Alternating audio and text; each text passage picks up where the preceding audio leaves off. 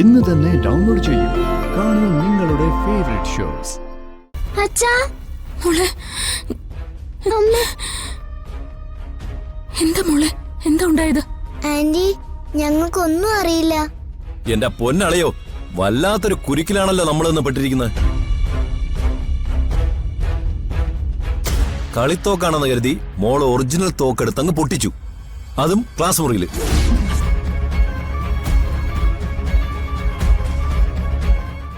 ഈ ടീച്ചറിന്റെ നെഞ്ചത്ത് ഉണ്ട കയറായിരുന്നത് ഭാഗ്യം.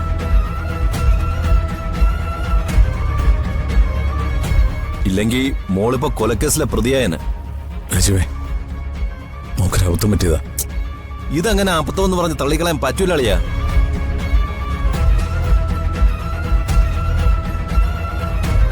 കളക്ടറും വിദ്യാഭ്യാസ മന്ത്രിയൊക്കെ ഇപ്പൊ തന്നെ വിവരം അറിഞ്ഞിട്ടുണ്ട്. രാജീവേ, ദേവീതി കേസ് പ്രൊസീഡ് ചെയ്യരുത്. കുട്ടികളുടെ ഭാവിയുടെ കാര്യമോ, എങ്ങനെയെങ്കിലും എന്റെ മോളെ രക്ഷിക്കണം. രാജീവ്, അറിയാലോ, മോള് കുഞ്ഞല്ലേ, അവളാകെ പേടിച്ചിരിക്ക. ദയവ് ചെയ്ത് അവളെ പോലീസ് സ്റ്റേഷനിലേക്ക് കൊണ്ടുപോകരുത്. എന്റെ മോള് താങ്ങില്ല. പ്ലീസ് രാജീവ്. സാർ സഹായിക്കണം.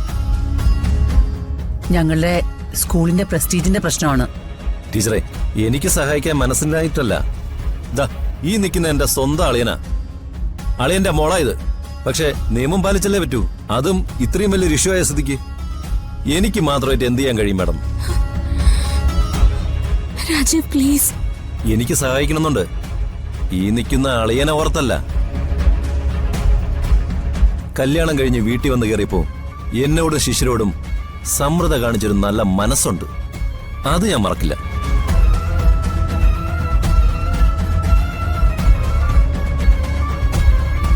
എന്തായാലും ഞാനൊന്ന് ആലോചിക്കട്ടെ. അളിയ വന്നേ, ഒരു കാര്യം പറയട്ടെ. ഞാനിപ്പോ വരാം.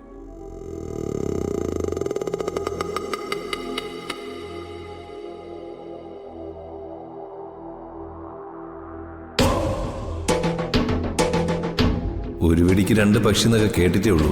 ഇതിപ്പോ എത്ര പക്ഷികളാണ് ഒരു വെടിക്ക്?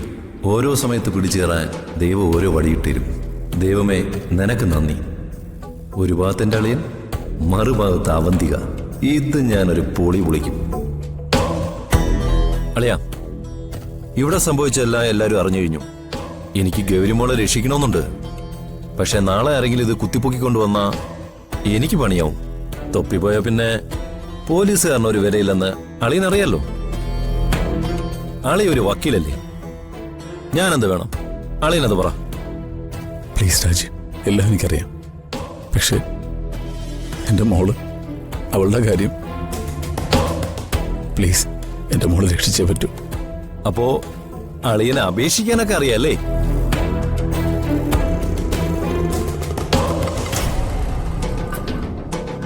എന്നോട് അല്പം പോലും താല്പര്യം ഉണ്ടായിട്ടില്ല അളിയ എന്നോട് ഇങ്ങനെ യാചിക്കണമെന്ന് എനിക്കറിയാം.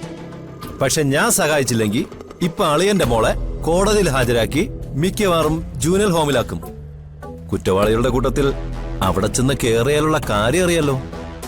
കോടതി എന്റെ മോളെ ജുവനൈൽ ഹോമിലാക്കാൻ പറഞ്ഞ പിന്നെ എന്റെ കുഞ്ഞിന്റെ അവസ്ഥ എന്താ? പ്ലീസ് രാജീവ്, എങ്ങനെയെങ്കിലും രക്ഷിച്ചേ പറ്റൂ.